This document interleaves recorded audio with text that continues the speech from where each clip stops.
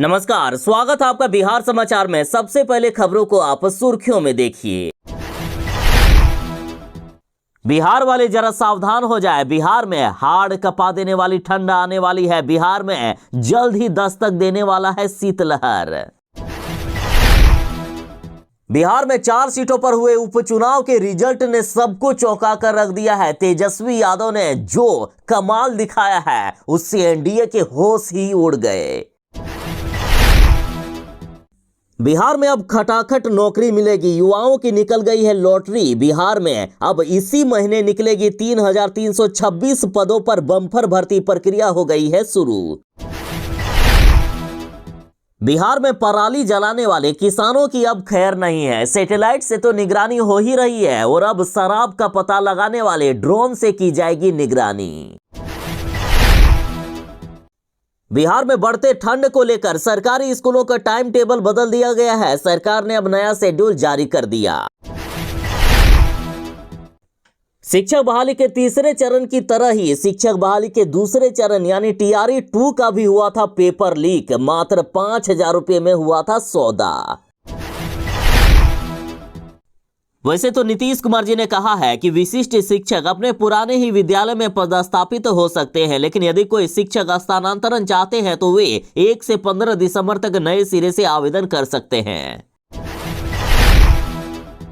Bihar police सिपाही भर्ती के लिए फिजिकल टेस्ट का डेट जारी हो गया है। साथ ही आज से एडमिट कार्ड डाउनलोड कर सकते हैं। बिहार में पलायन एक बड़ी चुनौती हो गई है। सरकारों ने बिहार को बर्बाद कर दिया है। बिहार में ना तो कोई रोजगार है और ना ही नौकरी। आंकड़े सुनकर चौंक जाएंगे आप। बिहार वालों के लिए एक और बड़ी खुशखबरी है। नवादा में बिहार के सबसे बड़े सदर अस्पताल की रखी गई है आधारशिला। फ्री में इस सदर अस्पताल में इलाज होगा लोगों का। झारखंड में हुए विधानसभा चुनाव का रिजल्ट जारी हो रहा है। आप जानेंगे कि आखिर इस बार किनकी सरकार बन रही है। महाराष्ट्र में हुए विधानसभा चुनाव का रिजल्ट जारी हो गया है और जो नतीजे सामने आए हैं उसने सबको चौंका कर रख दिया। फार्मेसी शिक्षकों को हाईकोर्ट से बड़ा झटका लगा है। रिटायरमेंट की उम्र 67 साल करने की याचिका खारिज कर दी गई। तो आज बिहार और देश की बड़ी खबरों को विस्तार से बात करने से पहले आपसे एक छोटी सी अनुरोध है। कृपया वीडियो को एक प्यारा सा लाइक अवश्य कर दीजिएगा। आपका लाइक करना ही हमारी मेहनत का फल होता है। बिहार में हुए 4 सीटों के उपचुनाव का एग्जिट पोल जारी हो गया है। कुछ ही घंटों में रिजल्ट जारी कर दिया जाएगा और जो एग्जिट पोल जारी हुआ है उसमें से चौंका देने वाले मामले सामने आए हैं। देखिए, बिहार में गया की इमामगंज और बेलागंज, आरा की तरारी और कैमूर की रामगढ़ विधानसभा सीट पर चुनाव हुआ। बिहार में इन 4 सीटों पर हुए उपचुनाव को 2025 में होने वाले विधानसभा चुनाव का सेमीफाइनल माना जा रहा है और इसमें से 3 सीटों पर पहले ही महागठबंधन का कब्जा था। 1 सीट एनडीए के पक्ष में थे, लेकिन एग्जिट पोल के अनुसार ये 1 सीट भी अब एनडीए से छीनने वाला है। एग्जिट पोल में दावा किया जा रहा है कि इन 4 सीटों पर इस बार इंडिया गठबंधन का कब्जा होगा। 4 सीटों पर महागठबंधन की जीत होगी। बाकी 23 नवंबर को चुनाव का फाइनल रिजल्ट जारी होने वाला है। मतलब बस कुछ ही घंटों में रिजल्ट जारी होगा। वैसे तो मुख्यमंत्री नीतीश कुमार जी ने बिहार के जितने भी नियोजित शिक्षक जो सक्षमता परीक्षा पास करके विशिष्ट शिक्षक बन गए हैं उनको बड़ी सौगात दे दी है कि वे जिस विद्यालय में पढ़ा रहे थे वहीं आगे भी पढ़ाते रहेंगे। लेकिन इससे भी बड़ी खुशखबरी ये है कि यदि कोई शिक्षक किसी समस्या के कारण चाहते हैं कि उनका दूसरे स्कूल में स्थानांतरण हो तो वे 1 से 15 दिसंबर तक आवेदन कर सकते हैं। नए सिरे से आवेदन करना होगा। साथ ही विभाग ने कहा है कि इससे पहले 7 नवंबर से स्थानांतरण के लिए पोर्टल पर जो आवेदन लिए गए हैं उस पर कोई भी विचार नहीं किया जाएगा। ऐसा इसलिए क्योंकि इस स्थानांतरण और पदस्थापन नीति को सरकार ने फिलहाल रद्द कर दिया है। जो शिक्षक किसी विशेष समस्या के कारण स्थानांतरण चाहते हैं वे 1 दिसंबर से लेकर 15 दिसंबर तक नए सिरे से स्थानांतरण के लिए आवेदन करें।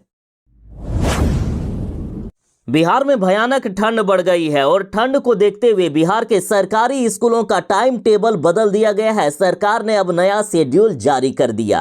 अब नए शेड्यूल के अनुसार 1 दिसंबर से बिहार के सभी सरकारी स्कूल सुबह 9:30 बजे से खुलेंगे। देखिए, बिहार के सभी प्राथमिक, मध्य, माध्यमिक या उच्च विद्यालय या संस्कृत विद्यालय, मदरसा आदि सभी विद्यालय आगामी 1 दिसंबर से सुबह 9:30 बजे से खुलेंगे। सुबह 9:30 बजे से लेकर 10 बजे के बीच प्रार्थना होगी। पहली कक्षा 10 बजे से शुरू होकर 10:40 तक चलेगी। दूसरी कक्षा 10:40 से 11:20 तक है। तीसरी कक्षा 11:20 से लेकर 12 बजे तक चलेगी। उसके बाद मध्यांतर यानी लंच टाइम होगा, जो कि 12 बजे से लेकर 12:40 तक चलेगा। और चौथी कक्षा 12:40 से लेकर 1:20 तक चलेगी। कुछ इसी तरह से कक्षाएं चलेगी। उसके बाद शाम 4 बजे स्कूलों में छुट्टी कर दी जाएगी।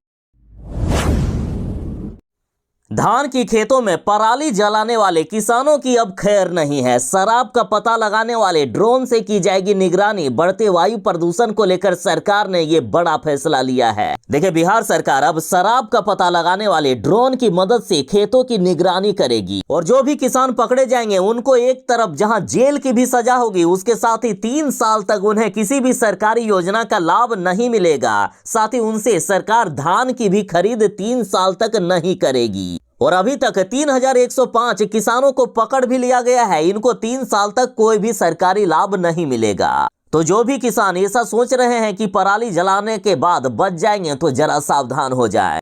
ड्रोन के साथ साथ सरकार सैटेलाइट से भी किसानों पर नजर रख रही है। किसी तरह से ड्रोन से बच भी सकते हैं, लेकिन सैटेलाइट से आखिर किसान कैसे बचेंगे?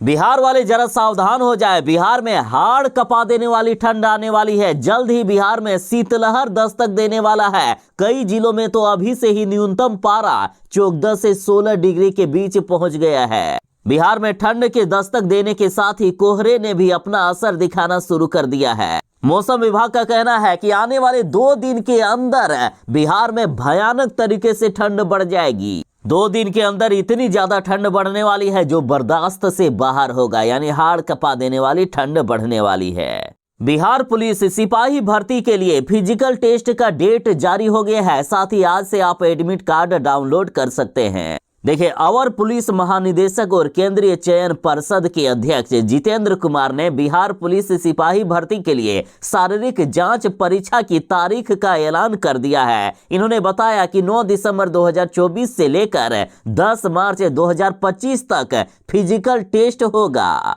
साथ ही शारीरिक दक्षता परीक्षा यानी फिजिकल टेस्ट शहीद राजेंद्र प्रसाद सिंह राजकीय उच्च विद्यालय पटना हाई स्कूल गर्दनीबाग में सुबह 7 बजे से आयोजित होगी। परीक्षा के दिन अभ्यर्थियों के सभी दस्तावेज का सत्यापन भी किया जाएगा। 21 नवंबर से ही एडमिट कार्ड डाउनलोड हो रहा है। आप चाहे तो csbc.bihar.gov.in पर जाकर एडमिट कार्ड डाउनलोड कर सकते हैं।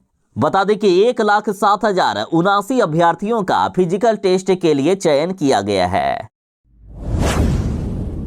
बिहार में पलायन रोकना एक बड़ी चुनौती हो गई है। आंकड़ों से समझिए कैसे अपने ही घर में प्रवासी बन गए हैं बिहारी। बिहार में बड़े बड़े दावों के बावजूद भी पलायन नहीं रुक रहा है। नौकरी और रोजगार को लेकर सरकार के पास कोई भी स्पष्ट नीति नहीं है। ये बीजेपी वाले और नीतीश कुमार जी वर्षों से बिहार वालों को धोखा देते आए हैं। बिहार में पलायन एक बड़ी समस्या रही है। लाखों लोग नौकरी और रोजगार और शिक्षा के लिए दूसरे राज्यों में पलायन करते हैं। छठ महापर्व एक ऐसा समय होता है जब प्रवासियों के आंकड़ों का सही आकलन किया जाता है। कुछ साल पहले तक ये आंकड़ा 50 लाख तक होता था, लेकिन इस बार छठ के दौरान सिर्फ रेल से 78 लाख लोग बिहार पहुंचे हैं। हालात इतनी खराब हो गई कि 350 से भी अधिक विशेष ट्रेन चलानी पड़ी इस बार। आज आप देश के किसी भी कोने में देखेंगे तो बिहारी आपको जरूर ही मिल जाएंगे। परदेश जा रहे मजदूरों का कहना है कि हम भी परिवार के साथ रहना चाहते हैं, लेकिन क्या करें, अपने बच्चे का पेट भरने के लिए दूसरे राज्य जाना पड़ता है। और जब अपने बच्चों को घर में छोड़कर दूसरे राज्य काम करने के लिए जाते हैं ना, और जब बच्चे का चेहरा देखते हैं तो 56 इंच का मजबूत कलेजा फट जाता है। कामगारों ने कहा कि परिवार से दूर जाने का दर्द इतना है कि हम खून के आंसू रोकर दूसरे राज्य जाते हैं। यदि बिहार में नौकरी और रोजगार होता तो हम बिहार में ही रहते। बाकी आप बिहार सरकार के बारे में क्या सोचते हैं, कमेंट में जरूर बताएं।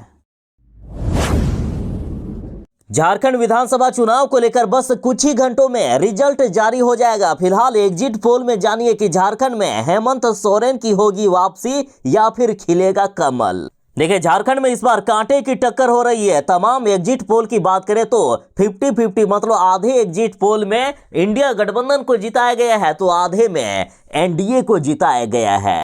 देखिए, झारखंड में कुल 81 सीटों पर चुनाव हो रहा है। बहुमत के लिए 41 यानी 41 का आंकड़ा छूना होगा। यदि एक्सिस माई इंडिया की बात करें तो इनके अनुसार एनडीए मात्र 17 से 27 सीट इस बार ला रहे हैं, जबकि इंडिया गठबंधन को 49 से 59 सीट मिल रहा है। अन्य के खाते में 1 से 6 सीट जा रहे हैं। तो वहीं सी वोटर एग्जिट पोल के अनुसार जहां एनडीए को 36 सीट तो वहीं इंडिया गठबंधन को 26 सीट मिल रहा है। अन्य के खाते में 19 सीट चले गए हैं। टाइम्स नाउ जेवीसी के अनुसार भी एनडीए की सरकार बन रही है। टाइम्स नाउ जेवीसी के अनुसार एनडीए को 40 से 44 सीटें मिल रही है, जबकि इंडिया गठबंधन को 30 से 40 सीटें, अन्य के खाते में 1 सीट जाता हुआ दिख रहा है। चाणक्य के एग्जिट पोल में जहां एनडीए को 45 से 50 सीटें मिल रही है तो वहीं इंडिया गठबंधन को 35 से 38 सीटें। जीटीवी के एग्जिट पोल में जहां एनडीए को 36 से 41 सीटें मिल रही है तो वहीं इंडिया गठबंधन की जीटीवी के अनुसार जीत हो रही है और 39 से 44 सीटें मिल रही है इंडिया गठबंधन को। तो वहीं पी मार्क एग्जिट पोल में भी इंडिया गठबंधन जीत रहा है। मात्र 31 से 40 सीटें एनडीए को आए हैं, जबकि इंडिया गठबंधन को 37 से 47 सीट आ गए हैं। पीपुल्स प्लस एग्जिट पोल में एनडीए की सरकार बनते हुए दिख रही है। एनडीए को 44 से 53 सीटें मिल रही है, जबकि इंडिया गठबंधन को 25 से 37 सीटें। यानी कुल मिलाकर देखें तो झारखंड में एक महाकांटे की टक्कर हो रही है। हालांकि ज्यादातर एग्जिट पोल में इंडिया गठबंधन की जीत बताई जा रही है। कुछ एग्जिट पोल में एनडीए को भी जिताया हुआ दिखाया जा रहा है। बिहार वालों के लिए एक और बड़ी खुशखबरी है। नवादा में बिहार का सबसे बड़े सदर अस्पताल की रखी गई है आधारशिला।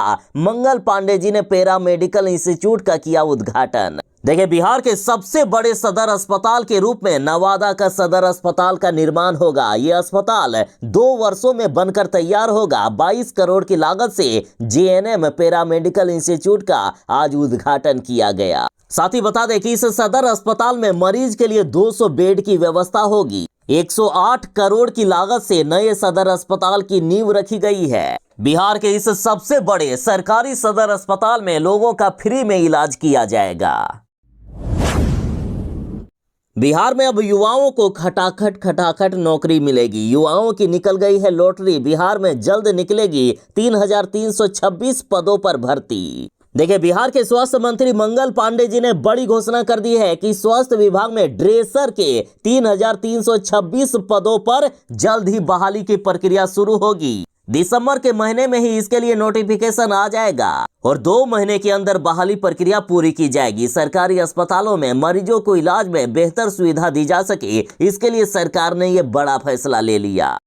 सुबह 9:30 बजे से खुलेंगे। सुबह 9:30 बजे से लेकर 10 बजे के बीच प्रार्थना होगी। पहली कक्षा 10 बजे से शुरू होकर 10:40 तक चलेगी। दूसरी कक्षा 10:40 से 11:20 तक है। तीसरी कक्षा 11:20 से लेकर 12 बजे तक चलेगी। उसके बाद मध्यांतर यानी लंच टाइम होगा, जो कि 12 बजे से लेकर 12:40 तक चलेगा और चौथी कक्षा 12:40 से लेकर 1:20 तक चलेगी। कुछ इसी तरह से कक्षाएं चलेगी। उसके बाद शाम 4 बजे स्कूलों में छुट्टी कर दी जाएगी।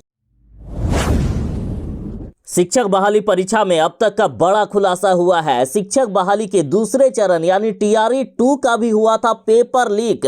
मात्र 5000 रुपए में हुआ था सौदा। शिक्षक बहाली को लेकर एक बड़ा खुलासा हुआ है और जैसे ही ये बड़ा खुलासा हुआ उसके बाद एक बार फिर से बिहार लोक सेवा आयोग पर सवाल उठना तय है। ऐसी चर्चा है कि इस पुराने मामले में 3 कोचिंग के संचालक भी शामिल हैं।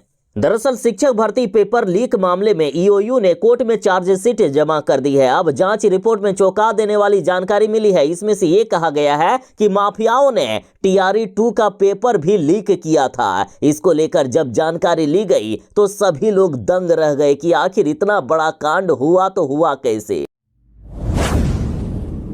महाराष्ट्र में हुए विधानसभा चुनाव का एग्जिट पोल के अनुसार बताएंगे कि आखिर इस बार किनकी सरकार बनेगी। देखिए, महाराष्ट्र विधानसभा चुनाव को लेकर बस कुछ ही घंटों में फाइनल रिजल्ट जारी होने वाला है। उससे पहले एग्जिट पोल में देखिए कि किनकी सरकार बनेगी। तो महाराष्ट्र में टोटल 288 सीटें हैं, यानी बहुमत के लिए 145 सीट चाहिए, न्यूज एजेंसी मैट्रिज के अनुसार भाजपा की सरकार बनते हुए दिखाया जा रहा है। भाजपा को 150 से 170 सीटें आ रही है, जबकि कांग्रेस को मात्र 110 से 130 सीटें। तो इधर इलेक्टोरल एज एजेंसी के द्वारा इंडिया गठबंधन की सरकार बनने का दावा किया जा रहा है, जहां एनडीए को इनके अनुसार मात्र 118 सीटें आ रही है, तो वहीं इंडिया गठबंधन के खाते में 150 सीटें चल गई है, अदर के खाते में 20 सीट गए हैं। SAS एजेंसी के द्वारा भी इंडिया गठबंधन की सरकार बनते हुए दिखाया जा रहा है, जहां बीजेपी वाले एनडीए को मात्र 127 से 135 सीटें आई है, तो वहीं इंडिया गठबंधन को 147 से 155 सीटें आ गए हैं।